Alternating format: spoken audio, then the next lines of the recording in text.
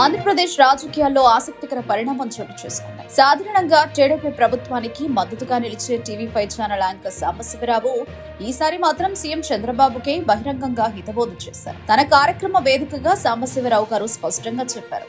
కొంతమంది పారిశ్రామికవేత్తలు, అవకాశవాద నేతలు అధికారంలో ఉన్నప్పుడు బాబు చుట్టూ తిరిగి లబ్ధి పొందుతున్నారని, కానీ నిజంగా పార్టీ కోసం కష్టకాలంలో పోరాడిన కార్యకర్తలకు మాత్రం గుర్తింపు రాకపోవడం తగదని, వారిని పక్కనబెట్టి కేవలం స్వార్థపరులను చుట్టూ ఉంచుకుంటే పార్టీకి దెబ్బతింటుందని హెచ్చరించారు.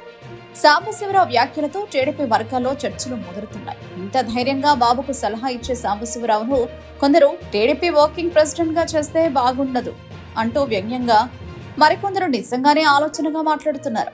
తాజా వ్యాఖ్యలతో టీవీ5 సాంబశివరావు వాయిస్ వింటుంటే మళ్లీ అధికారం మీద టీడీపీ ఆశలు తగ్గిపోతున్నాయా అనే సందేహాలు కూడా రాజకీయ వర్గాల్లో వినిపిస్తున్నాయి. అయితే సాంబశివరావు చెప్పిన మాటల్లో కొంత వాస్తవం ఉన్నట్లే కనిపిస్తుంది. పార్టీ నిలబెట్టేది కార్యకర్తలే కానీ అధికారంలో ఉన్నప్పుడు చుట్టూ తిరిగే లబ్ధిదారులు కాదు.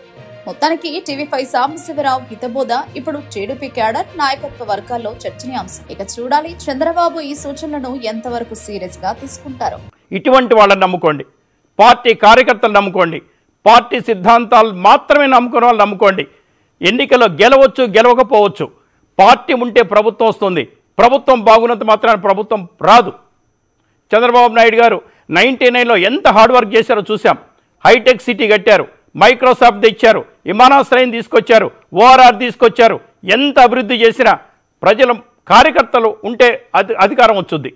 మీ గత 5 సంవత్సరాలు ఎవరు కష్టపడ్డారో, ఎవరు మీకోసం కష్టించారో, ఎవరు బాధపడ్డారో, ఎవరు కన్నీరు కార్చి మీ దాకా రాలేదో వాళ్ళని మాత్రమే గుర్తుపెట్టుకోండి. That's all. ఇటువంటి వాళ్ళు వస్తుంటారు, పోతుంటారు. వ్యాపారస్తులు వస్తుంటారు, పోతుంటారు. విద్యార్థికులు వస్తుంటారు, పోతుంటారు. విద్యార్థికులు మాత్రమే ప్రజలకు సేవ చేస్తారనుకుంటే ఎట్లా? కాదు కదా సార్. మీకు తెలవని విషయాలు ఏమీ నేను చెప్పట్లా. మీకు సెలక్షన్ ప్రాసెస్లో 1984లో మీ సహచరుడిగా పనిచేసినందుకు నాకు తెలుసు. పర్ఫెక్ట్గా ఉంటారు మీరు. దయచేసి ఇటువంటి వాళ్ళని దగ్గర చేరనివ్వకండి.